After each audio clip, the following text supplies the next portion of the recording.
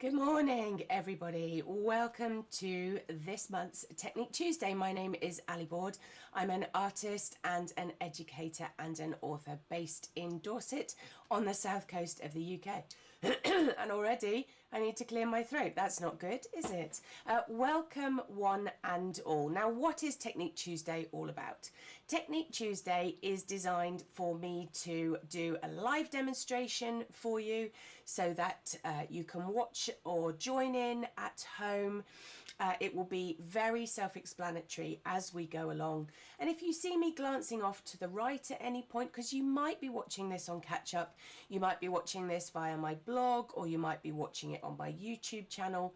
However it is that you're watching me, thank you very much for tuning in. But just occasionally I look down to one side to see who is in the virtual room, and I can see this morning that we've also already got some lovely people tuned in. It's really lovely to have you here. So I'm going to give you a quick shout out before I get started. Bonjour, Rosie.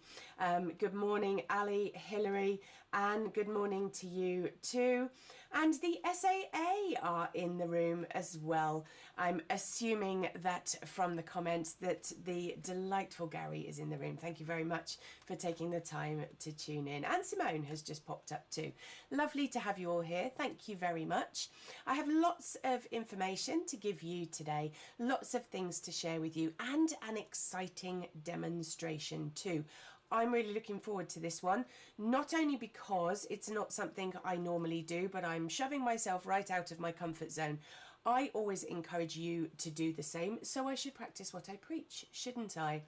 Now let's take you through a tiny little bit of housekeeping. Do stick with me while I go through the housekeeping, just so that you know where to find things. Now, if you'd like to know the equipment that I'm using today, and to be able to find that broadcast again, just in case you're watching live, Gary is saying, yep, it's me, good morning, then you need to pop over to my website. Now, what is my website? My website is this, www.learningtopaint.co.uk. That is the home of Technique Tuesday, it is the home of my blog, and it is the home of the two things that I am currently taking part in. The first one is Dorset Art Weeks. If you are watching this live on Tuesday the 4th of June 2024, I am in the second week of Dorset Art Weeks, and Dorset Art Weeks is hosting my 50 at 50 challenge.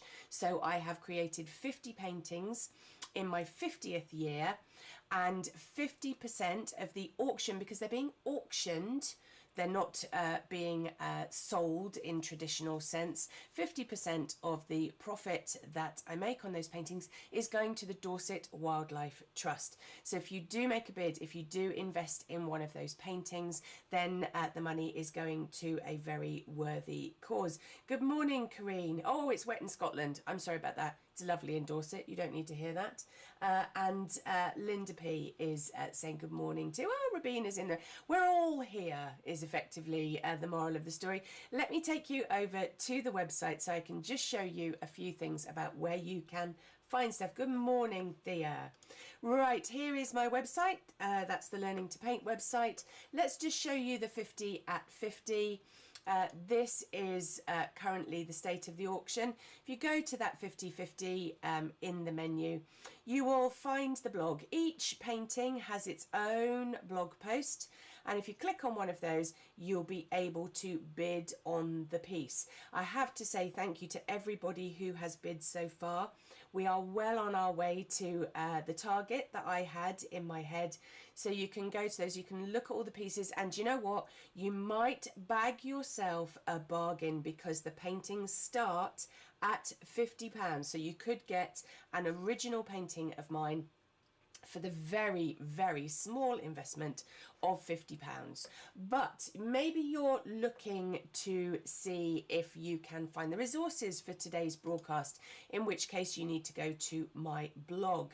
You can search for things at the top, but you will see all sorts of delightful tutorials on there. There is Technique Tuesday for June. I'll tell you a little bit more about it in a second.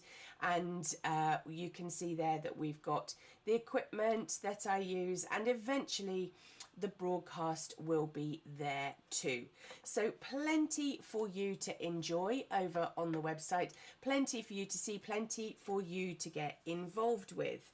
Now, just got to say, who have I missed out saying good morning to? Barbara, good morning. Sandy, good morning. And Nita's in the room as well. Thank you very much for all tuning in. You're very kind to spend your Tuesday morning with me. Now, I've got to look at my little prompt card because I've got lots of things to talk to you about. Now, the theme for my month. So every month I set myself a theme for my classes or workshops or any of the broadcasts that I'm doing, because it's interesting for me to follow that theme for a month. If you're part of the All Aboard Artists group as well, then we tackle all sorts of things. And the theme for this month is the Impressionists. Very often I set a material as the theme or a subject matter, but I thought it would be interesting this time to deviate ever so slightly. So let's just have a quick look at those things that I have got coming up in June. I'm looking at Renoir, looking at some umbrellas, looking at Mary Cassatt and some of her still life. We're looking at Van Gogh's irises. We're looking at Berthe Morisot's aloe studies, Monet's slightly kind of less well-known versions of Monet's work, looking at his snow scenes. I know that it's June, but we can do other seasons. Looking at Degas' dancers, that had to be a thing, didn't it? And of course today we are looking at Walter Sickert. Now I am stretching the timescale for Impressionists. We're looking at the very latter Impressionists, almost into post-Impressionism today, but we won't dwell on that too much. And today, like I said, we're looking at the work of Walter Sickert, a very interesting artist. These are two examples of some of his work. I'm going to be looking at the Venice studies today and trying to emulate some of those lovely, beautiful, rich colours of the architecture and that kind of synonymous impressionistic style with some detail but not too much. So that's where I'm starting today. And if you like to look up these things, if you like to kind of go and think, oh, I don't really know about Walter Sickert, just go and Google him. But I have to say as well, look up his sister.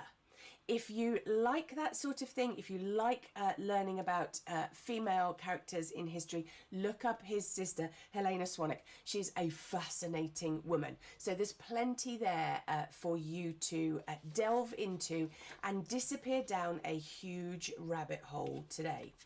But without further ado, shall we get on to the actual live demonstration? I've just got two thank yous to make before we do that. I've got a thank you to make for Search Press, who have been looking after me and sponsoring me throughout Dorset Art Weeks. I did a demonstration for them over on their YouTube channel last week, which you can go and check out. And I also have a big thank you to say to the SAA, who have helped me promote Dorset Art Weeks, as always have been there in the background, and it looks like a couple of people are there in the background as well today. So a huge shout out to the SAA too. Thank you guys for all that you do. Let's go to that overhead camera, which is slightly drunk, and you will see all of the things that I am working from today. So here is the photograph that I am working from. So I've been to Venice many, many times. It's a source of huge inspiration for me. Haven't been for a little while, but I do intend to go back at some point. This is a very well-known cathedral if you've ever been to Venice before. This is the Santa Maria della Salute. It's right on the entrance to the Grand Canal in Venice. This is a slightly more unusual view of it, which I quite liked, but I loved these muted tones. And if you remember the Walter Sickert that I was showing you earlier, so these really kind of muted beiges, greys, with little hints of sunlight in there. I thought it was interesting to use this photograph as my starting point. I have a black and white version of it here too, with a bit of summer. I haven't decided what I'm doing with all these things yet. As ever with my tutorials, I haven't practiced this. I haven't kind of pushed it to its limit. I don't know what's going to manifest itself on this surface. We are going to explore that together. So it's as much of a disappearance down that Alice-shaped rabbit hole for you as it is for me. All I've done is set myself up in a particular way with some materials, which I'm going to take you through now. I was going to put that photograph to one side, but maybe I need it propped up somewhere. Nowhere to prop it up. Down in front of me. That should work. There we go. That will should suffice. So let me take you through where I've got to with this and the materials that I've got in front of me. Now this is interesting. This is something that I work on a lot. I don't demonstrate on it an awful lot, and might be a surprise to you that you can paint on it. This is mount board. This is the stuff that you cut picture mounts out of, but I love to work on it. It's unusual for me because it is very smooth, which is a bit of a challenge. I tend to prefer a textured paper, and you could argue that maybe I need a textured paper to get that impressionistic style. So I'm pushing the boundary in that sense. Good morning, Tina. Sorry, just interrupting the flow. First time in ages. It's lovely to have you back. So thank you very much for taking the time to tune in live. And I've gone for, with my mount board, a colour called Twilight Blue. Which is a lovely rich dark blue. The camera doesn't do the depth justice because the poor camera is trying to decide whether it wants to look at this lovely bright bit of kitchen roll here, or this dark blue, or this red tin, all sorts of things. So I've got it on there. I drew it out with a white colouring pencil. This is a Faber-Castell Polychromos. I decided that because of the nature and the complexity of my subject matter, I very often use a water-soluble pencil for my demonstrations, but I thought I would be in trouble if I took a wet brush to this and then my lines disappeared. As you can see, it's a really complicated building full of all sorts of delightful architectural eccentricities, which is Venice all over. But I'm a little nervous of losing the map that I have drawn out. So I've used a pencil that isn't going to go anywhere. But use whatever you've got. Doesn't have to be this one. Just use whatever you have in your stash. I've got a few things dotted about. I've got my SAA imitation sable brushes. I've got a spray bottle. I'm not sure that I need that. I've got a putty eraser just in case I need to change my mind about anything. Water pot, kitchen towel. I've got a few other things. I'm not going to lie to you. I've got a few other things stashed around my work area just in case I need to reach for them. Possibly a bit of pen, possibly a bit of gouache. But here is the thing that I'm going to be using today in the main event. These are, so you probably know Caran d'Ache. Caran d'Ache is a name that is synonymous with good quality pencils, crayons and the like. They are Swiss made, but there's an interesting little bit of trivia about the name, just in case you don't know it. Caran d'Ache does actually mean something, and Caran d'Ache, I'm pretty sure, 99% sure, that Caran d'Ache is actually Russian for pencil. So who knew? If I've got that wrong, do feel free to correct me. Now these are Neocolor 2 crayons. I'm not going to show off, but I am going to show off all at the same time. I treated myself to a brand new set. I've used these for a long time, but I'd sort of forgotten about them. I'd forgotten how delicious and delightful they are.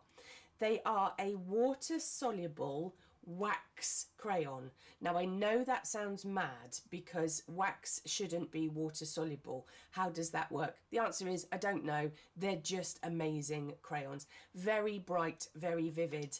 And I've actually got 2 layers going on here. I've got every colour that I could possibly want to finish this project. And that's where I'm going to start today. We're going to choose some colours together. So we're going to look at the colour palette that I might want to use in order to do a successful rendering of this photograph. And I'm going to use Walter Sickert here.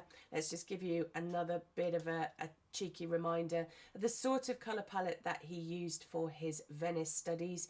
You've got beiges, you've got greys in there, but you've got those kind of amazing golden colours to really show off where the gold is being kind of used in the architecture. So that's good. Now Rosie's just given me a bit of information which I need to read out to you. Karen Dash was the pseudonym of the 19th century Russian French satirist and political cartoonist Emmanuel Poiret. I think that's how that's pronounced. Every day's a school day in Technique Tuesday, isn't it? That's fantastic. Thank you for sharing that, Rosie. That's amazing. I do love our little hive mind that we have. Everyone always knows something. It's just grand, isn't it?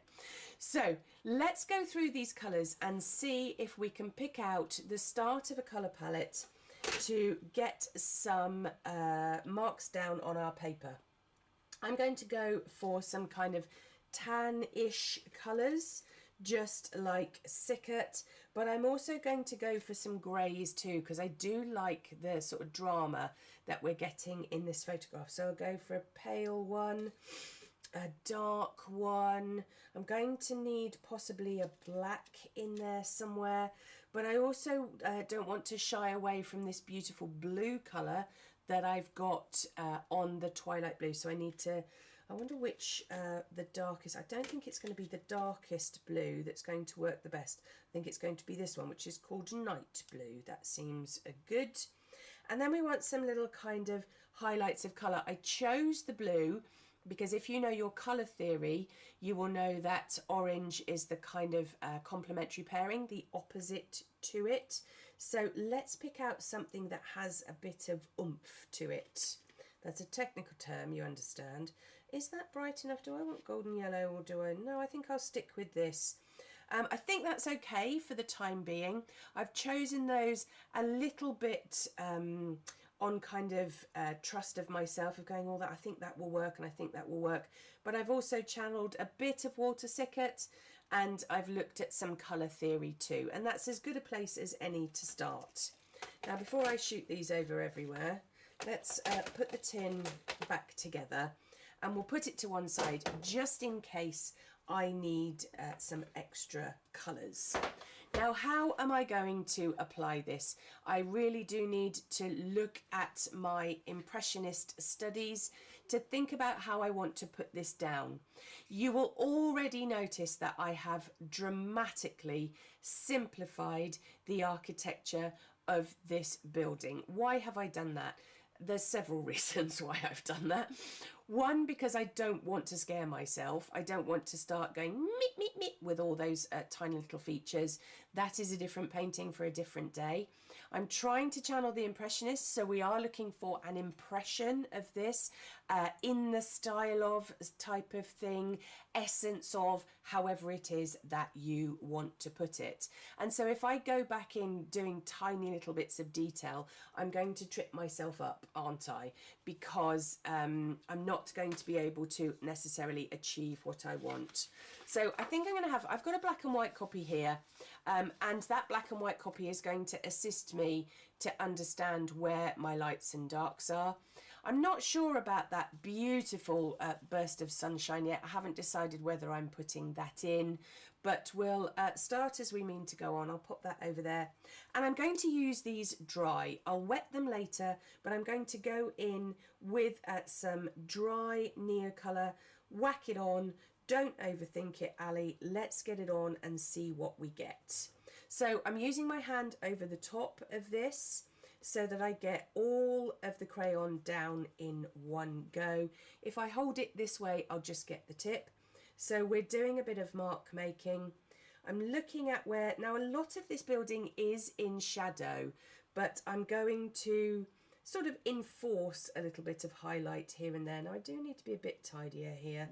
So let's get some of those colours in. Let's start with those kind of pale creamy tan colours straight away. Let's build up the architecture.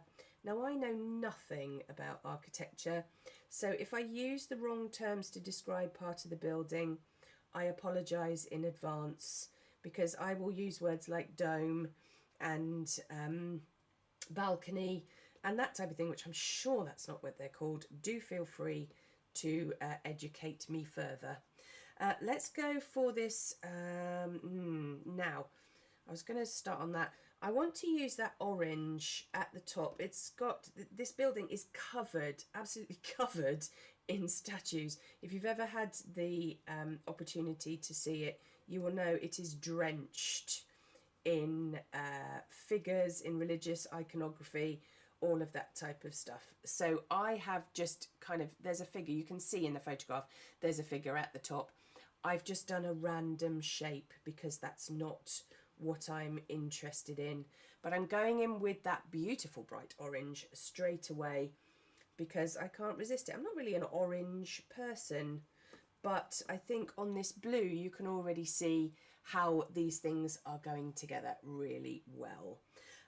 Where shall we go now? Let's go in with some of that dark blue into those darker shaded areas. I don't necessarily want the darkest parts to be black, although I will be using that to achieve some dark tones.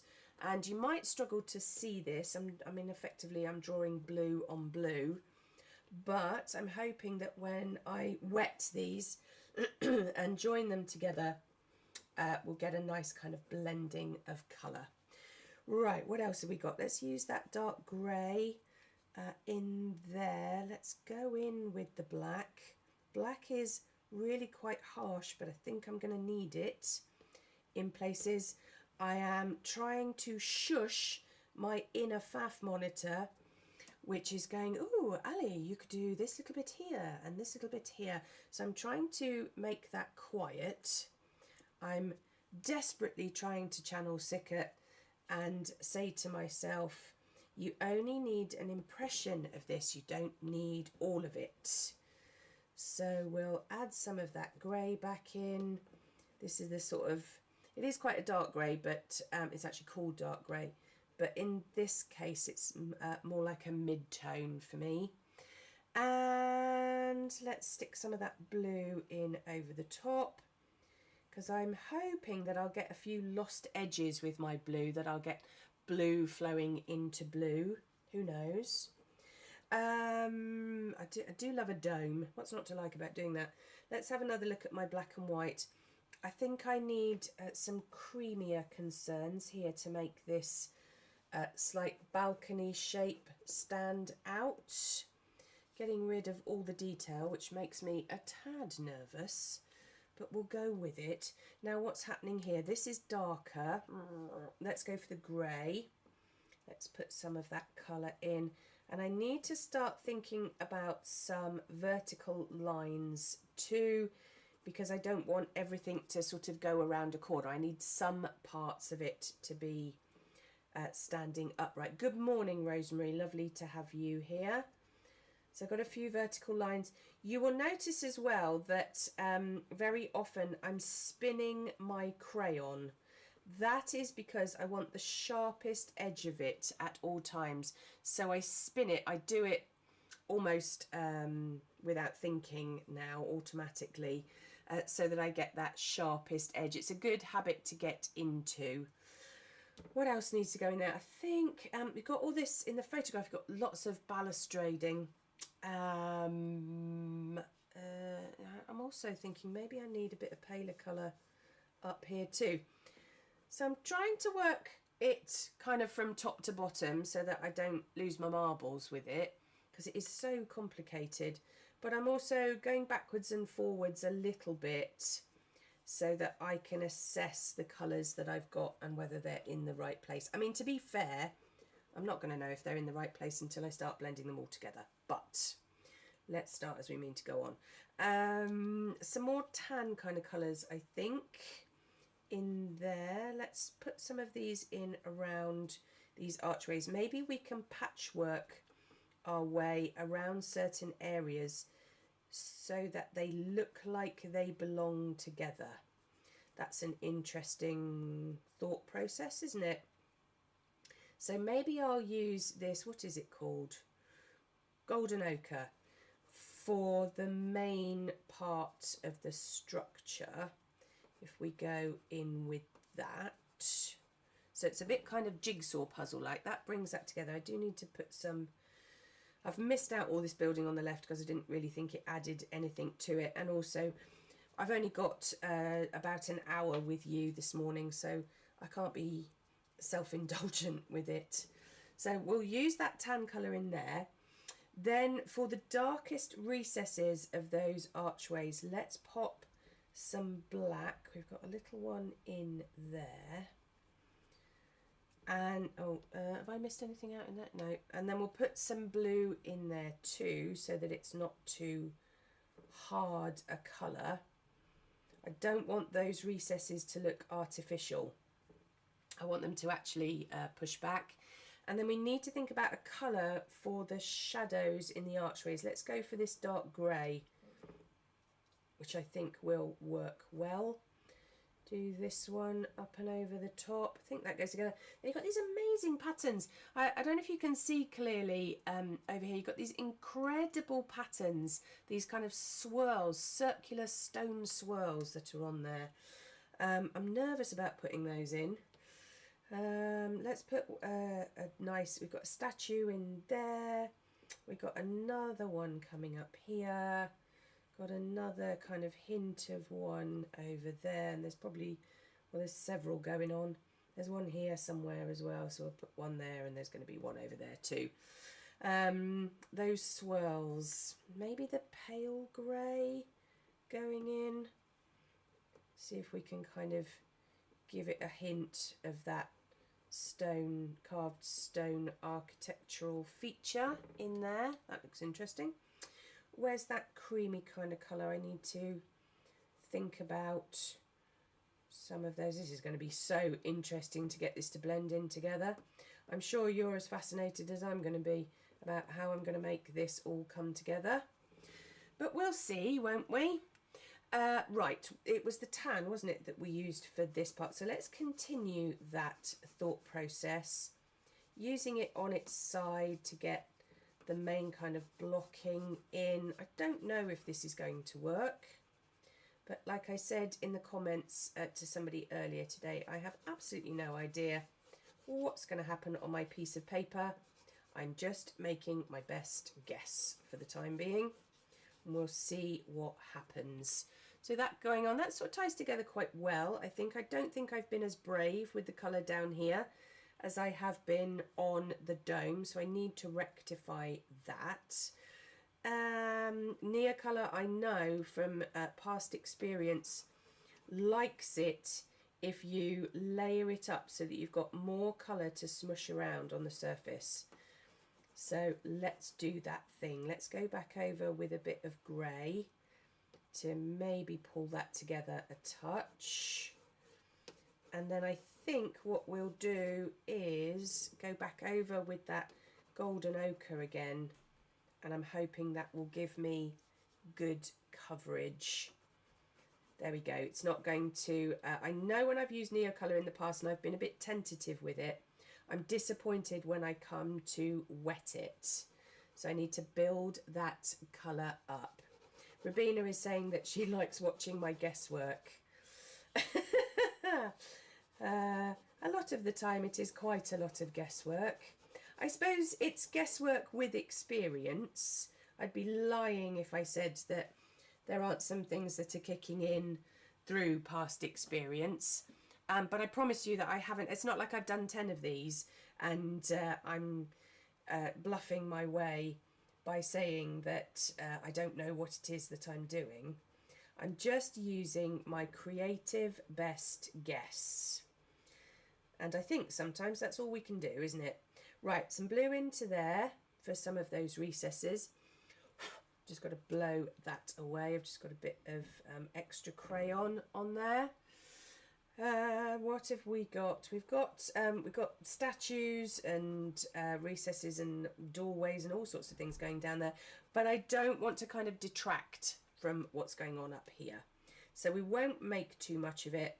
We won't worry too much. I'm saying this to myself. We won't worry too much about the white lines. I have a feeling that I'm going to need to go back over some of those, but we'll see what happens. What I'm trying to get headlong to at the moment is the bit where I wet all of this and move it all together.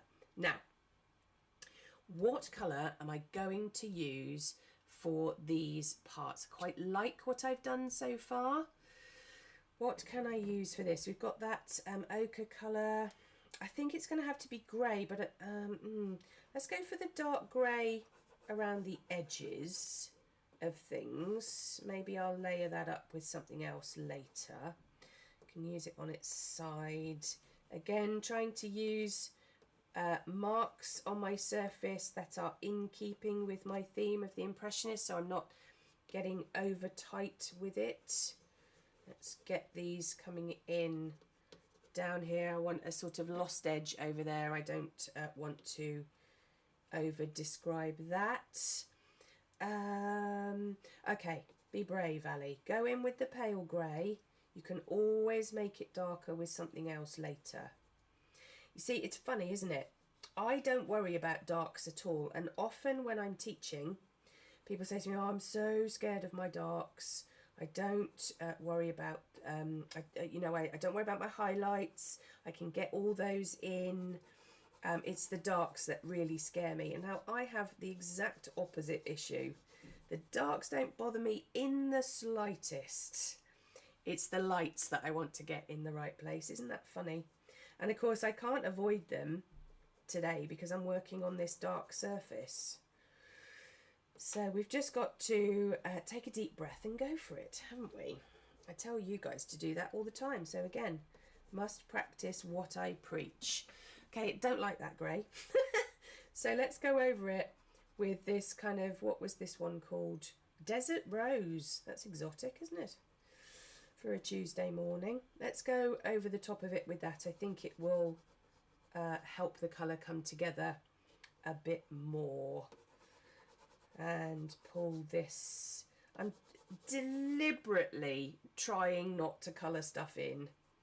Very tempting when you've got a map like this, because this building is made up of such distinct shapes that it's quite hard to not colour between the lines. But let's do our best with it and see where we get. Okay, I think some blue is needed. Oh, I've just had a light bulb moment.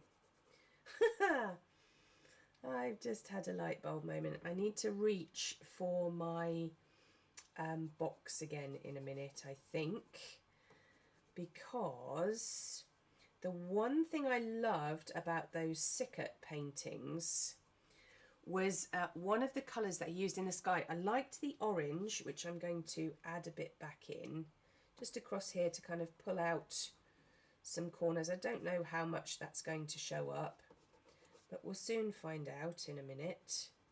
But there's a colour that I didn't pull out that I'm missing.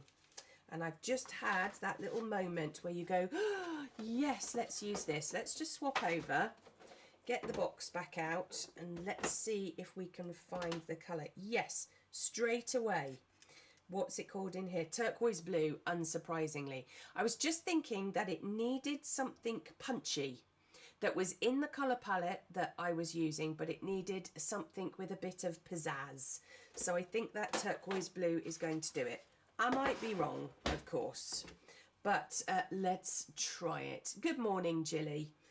So I'm going to put some of this turquoise blue, yay, look at that, over the top. How happy am I with the turquoise blue in my hand?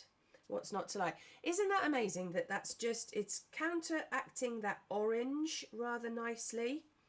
I think this is going to be a great colour for some little extra highlights here and there.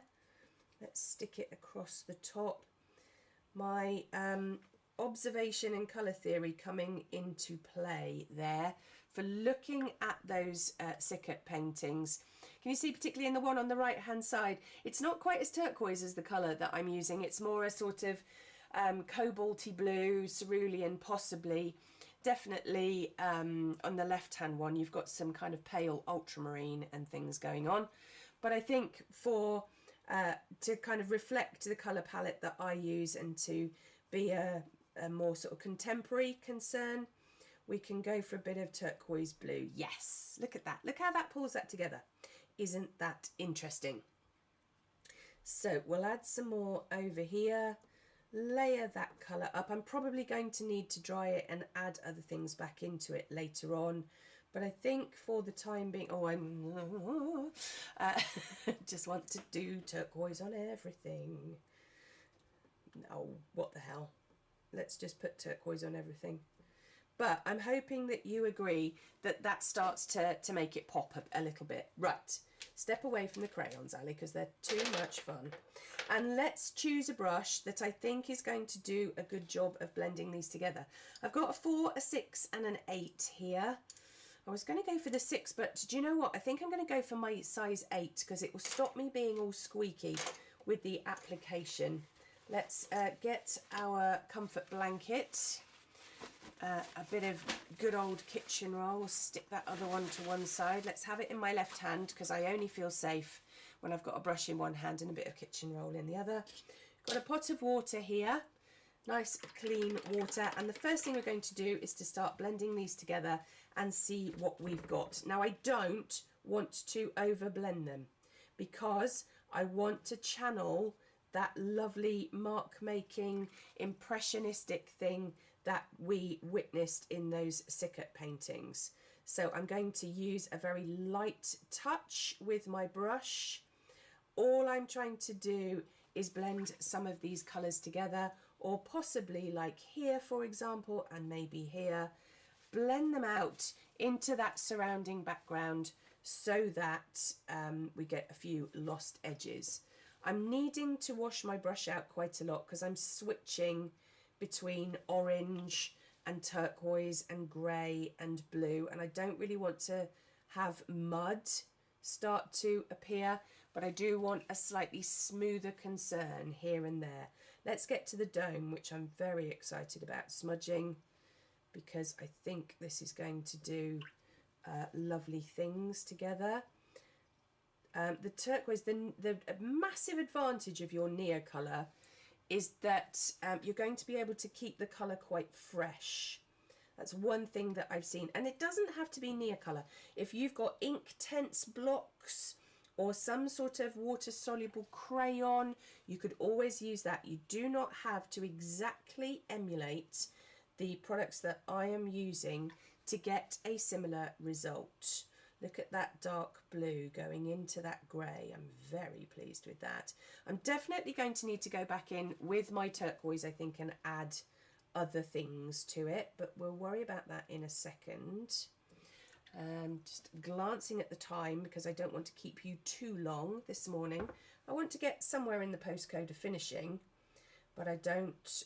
You've all got important things to do. Of course, if you're watching me on catch up, you can put me on fast forward or pause and come back to me later. Always a great advantage.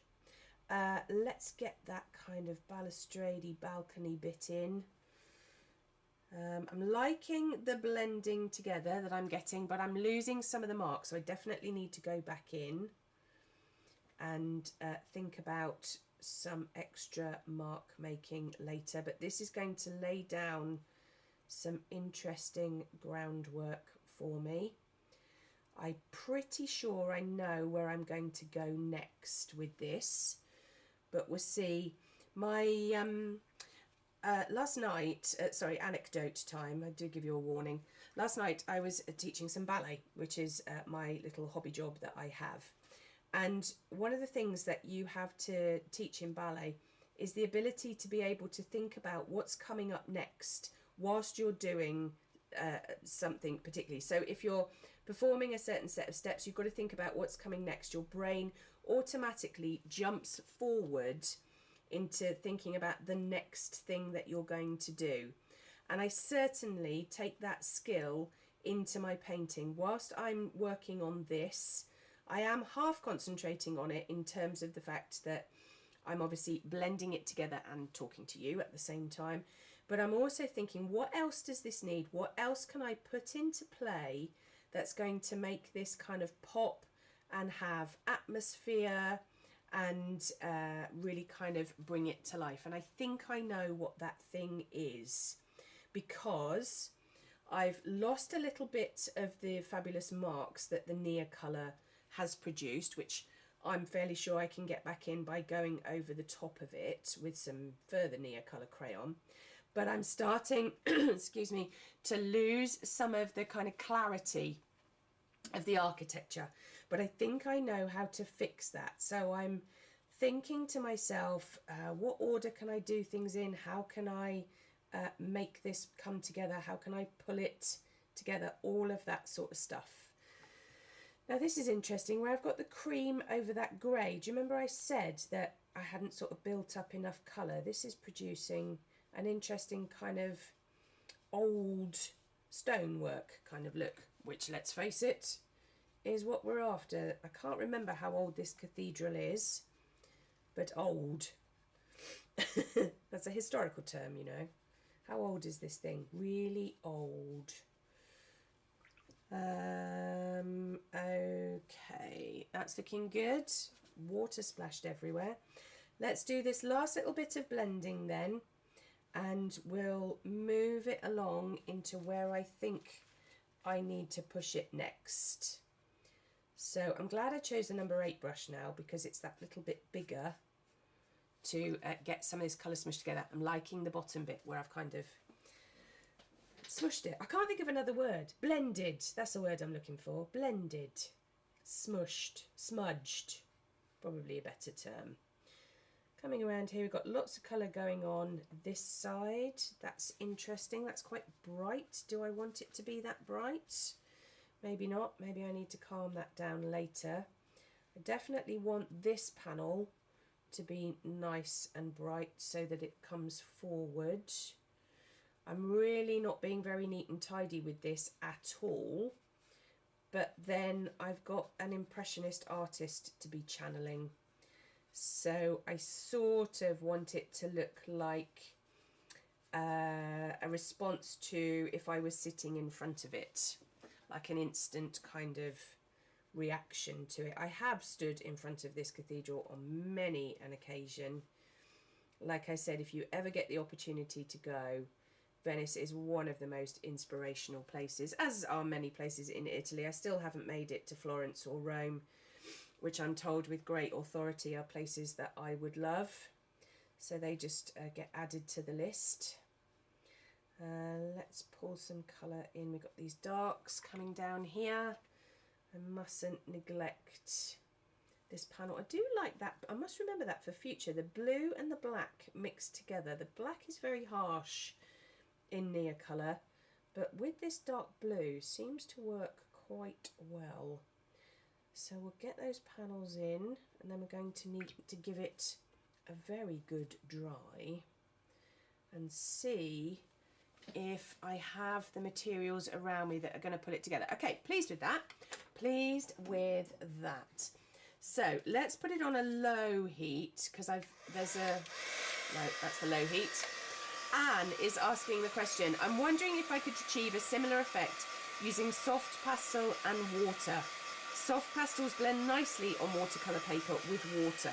They certainly do, Anne, and you could definitely achieve that nice kind of ethereal look with them. But I will give you, excuse me, a handy hint. I'll just turn the dryer off. The handy hint is don't use water when you're blending your pastels. Use some sort of alcohol-based product. So that could be isopropanol, or it could be very high proof vodka. And the reason that I'm saying that is because those things evaporate faster on paper, and so you will get your blended effect far quicker, and you'll be able to see it emerge on the paper. Water does work, and if you feel more happy with water, then use that. But alcohol-based solutions can sometimes do a better job. Sorry, I don't like this bit here. Just while I was talking to you about that, that needs blending out. There you go. See, very editable are the Neocolours too. Just need to soften that. Right, a quick full-on blast then.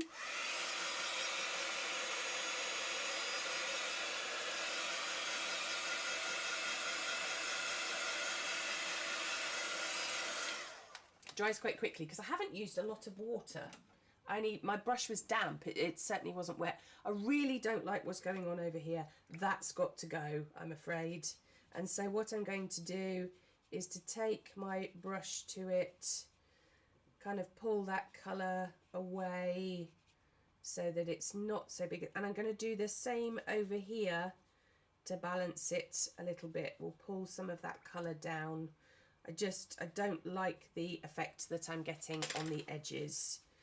So if in doubt, blend it out. Let's dry those bits too.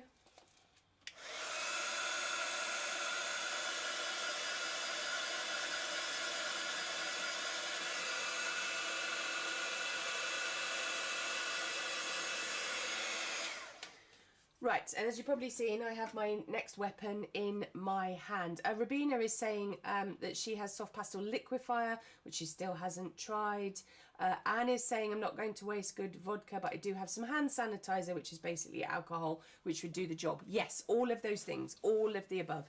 Plenty of videos available that on YouTube or any of your socials to do with what you can do with spare hand sanitizer. There's lots of them out there. Right, this is the next thing that I'm going to use. This is a Pigma Micron pen, so this is a waterproof sketching pen. And I know that you're thinking, well, what's different about it, Ali? We've seen waterproof sketching pens a lot. This one, dark blue, okay? So this one is going to hopefully be in keeping. I could use black. It would be okay. It would be fine and dandy. But I'm going to go for blue so that it keeps in my colour palette. And what I'm going to do is reclaim some of the edges that I have lost in the smudging of the Nia colour.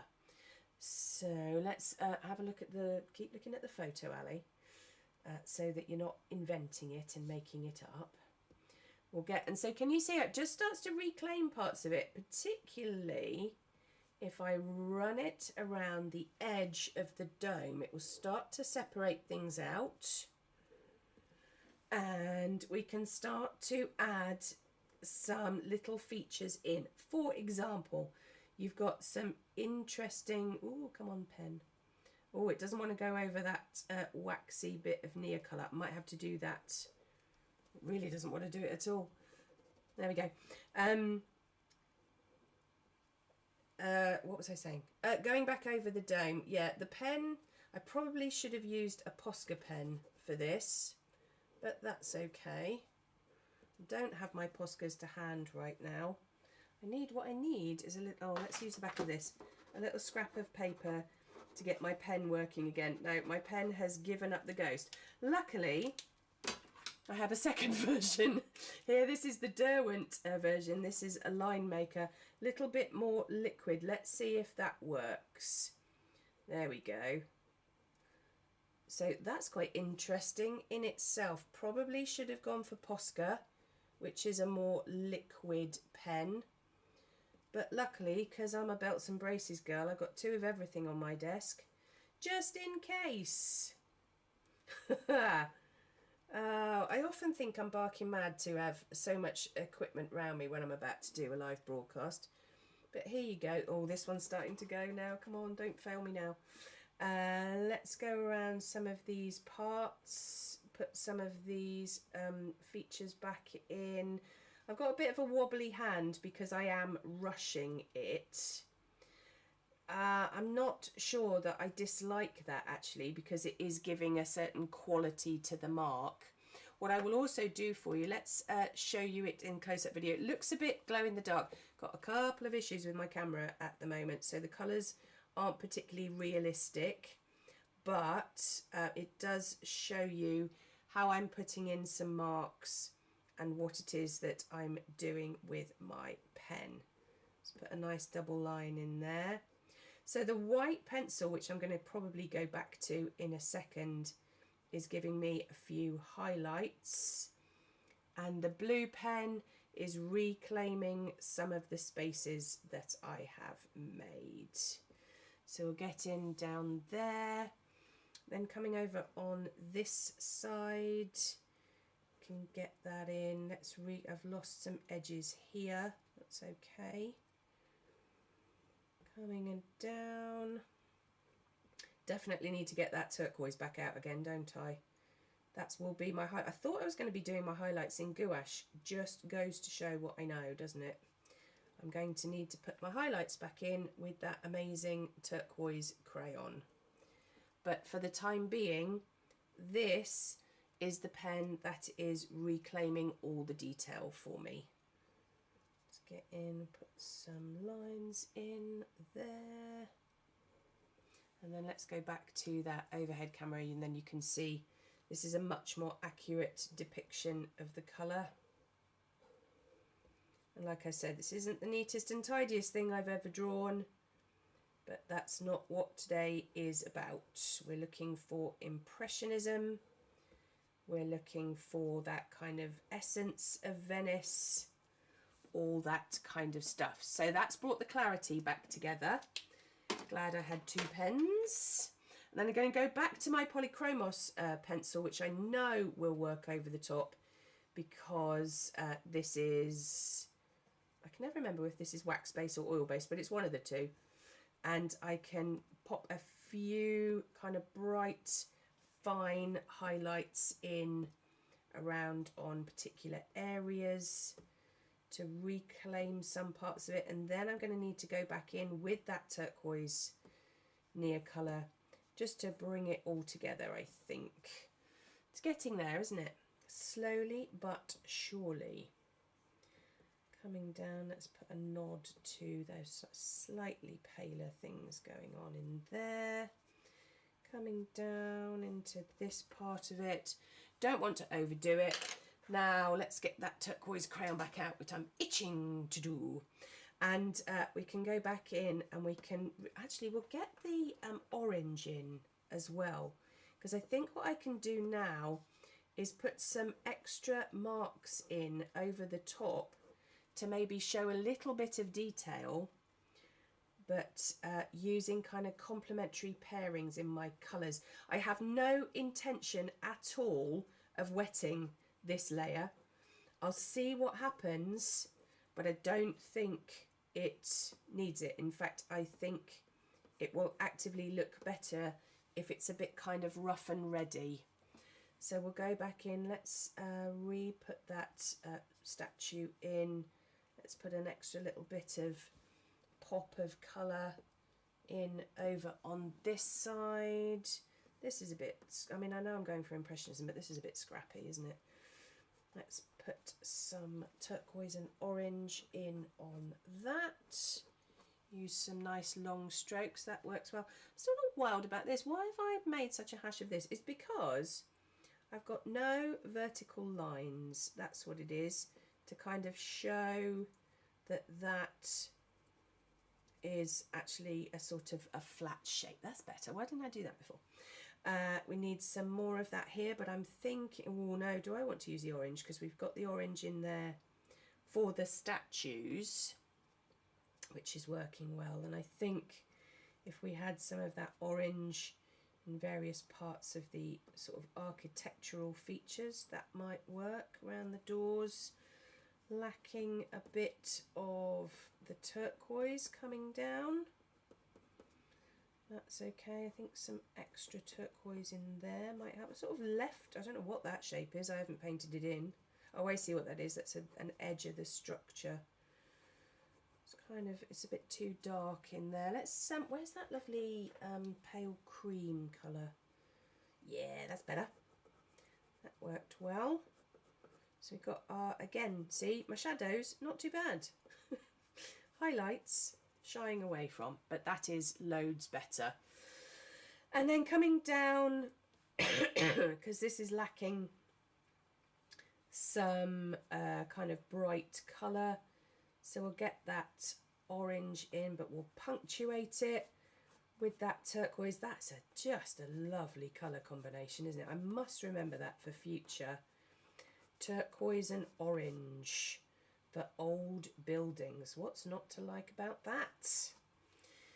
And we'll get some more of that rubbed over the top. Would be interesting to see what kind of result I would have got if I had been doing this on a rough surfaced paper, wouldn't it? And I do encourage you, this gives me a good opportunity. If you do fancy having a go at this, I've put all the resources onto the website, the photograph too. So do have a go at it yourself, see what you can come up with, and then tag me in it. So if you tag at Aliboard Artist on social media, my name should pop up, and then you just kind of tap on it, click on it, however your device works, and I'll be able to see what it is that you've done. And don't be afraid to share it. This is not an atmosphere where we're looking at what's the best painting or what's the most successful. I'm just keen to see what it is that you have done with it, how you have interpreted it. So please don't ever be afraid to tag me in something. And then I'm just going to go back over with the dark blue just to make some of those darks a bit richer. Like I said, that black is quite harsh in the near colour, and I don't want it to look too solid. I'm going to go back in. I'm just going to add a few kind of interesting features. How are we doing for time? Not too shabby. Back in at the top, I think I could probably do with an extra dark in here. So what this proves is that just because these crayons are water soluble, you don't have to wet them. You could, as I am doing, lay down a bit of colour and then go back in and actually use the marks that they make to describe the texture. And you know what? I'm not going to do anything more to that. I think I'm done. I didn't think I was going to get to the result that quickly, but I think I'm done. I'm going to show it to you in the close-up camera just so that you can see how I've used those marks. Like I said, this camera is showing everything far brighter at the moment just because I've got a few problems with it. But you can see where I've blended the colour and then where I've gone back over to kind of use it to punctuate it in terms of texture. So I'm pretty pleased with that. So to give a bit of a recap, this was Santa Maria della Salute from Venice, done on twilight blue mount board with a combination of coloured pencil, Neo Colour 2 crayons, and a little tiny bit of ink work in there for good measure. So that was fun. I enjoyed that. It was a really nice battle for me. I like it when I have to kind of move things around, when things don't come super easy and I have to think really hard about the colours that I'm using. I didn't expect to use those colours. I thought it was going to be greyer than that. If you see the photograph, I sort of started from a creamy grey perspective, but then probably because of the blue that I used for the background, it started to manifest itself in terms of turquoise and orange. Who knew? But responding to it, responding to what happened on the piece of paper, is just my favourite way of working. Rather than having a fixed idea in my head of what it is that I want it to look like, and this sort of what we call kind of painting on a pedestal, I don't want it to look like that. I don't want it to be the perfect painting. I want it to be my interpretation of it. And that's what Technique Tuesday is all about, really. With that in mind, let's give you a little bit of a heads up with what is coming up in July. I had to think what month I was in then. In July. Technique Tuesday in July is on the 2nd, quite early in the month. And my theme for July as a whole is back to basics. So everything that I'm teaching will be stripped right back in terms of things like mark making, using pencils, looking at our materials, things that we've kind of neglected because we go to the most vibrant or the most complicated versions of things. So I thought for Technique Tuesday for July, I would do a nice animal portrait. I do a lynx because I haven't done one of those for ages. And so I hope that you can join me for that. Whether you're watching this on catch up or whether you're watching this live, that is the date to stick into your diary. And we'll meet right here. We'll meet on my YouTube channel, or you can see it back on the blog. Like I said during the broadcast, don't forget to tag me on social media at AliBoardArtist in anything that you do or anything that you want to share with me. It doesn't have to be Venice done in impressionistic style, it can be anything. And if you would like to have a look at the resources or my Dorset Art Weeks display, that 50 at 50, you may even want to place a bid on one of my paintings. Pop over to Learning to Paint and there's plenty there for you to enjoy. Now don't forget, because both Search Press and the SAA particularly have been supporting me throughout Dorset Art Weeks and for my 50 at 50, pop over to Search Press's YouTube channel. There's a teasel demonstration there for you to enjoy, and pop yourself over to the SAA's social media pages, because they are doing the most spectacular giveaway of my products, pads and paint, for you to enjoy. All you have to do is follow me, follow the SAA. You might even do that already, but leave a comment on their post. And many thanks to both Search Press and to the SAA for supporting me. It's really important in big events like this that I have lots of people backing me. And of course, to you guys out there for always tuning in, for turning up at the exhibitions. I know some of you have already been to visit me and potentially are visiting me. Ali has just asked me, where did I see this? Can we see this for real when we come over this afternoon? Of course you can. I will make sure that the kettle is on and we'll have a good catch up. Now, you don't have to live close to me to see any of my works in close up. Go over to the website. Keep your eyes peeled on my social media. I tend to share things all the time. And if you like these live broadcasts, then do tune in again to our next Technique Tuesday, which is happening on the 2nd of July when I am doing that lynx portrait. So thanks very much as always for tuning in. I hope that was helpful. Thank you for all the lovely comments that are coming in. You are loving the combination of turquoise and orange. Who knew that that would be a thing?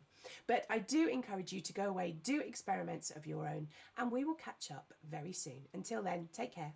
Bye.